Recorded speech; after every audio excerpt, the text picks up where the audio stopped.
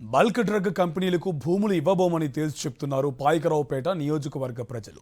హోంమంత్రి అనిత నియోజకవర్గంలోని నక్కపల్లి మండలం రాజయ్యపేటలో 6వ రోజు మత్స్యకారుల నిరాహార దీక్షలు కొనసాగించారు.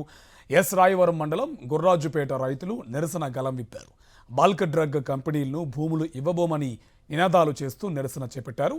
వైఎస్ జగన్మోహన్ రెడ్డి ఉచితంగా సర్వే చేసి పాస్బుక్లపై ఫోటోలు వేయిస్తే భూములు తీసుకుంటారని తప్పుడు ప్రచారం చేశారన్నారు.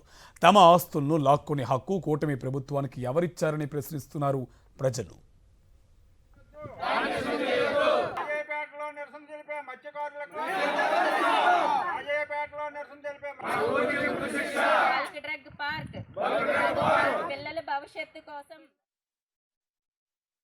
మా తాతల తండ్రులు కానించి సంపాదించిన మొత్తం తాతల ఆస్తి ఇది.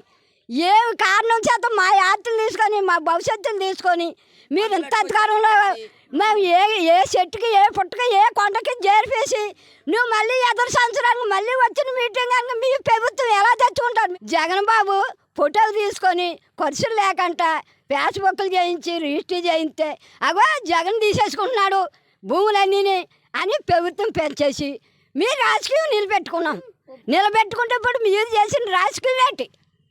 జనాన్ని తీసేసి మీరు ఏది రాజకీయం వెళ్ళడం అని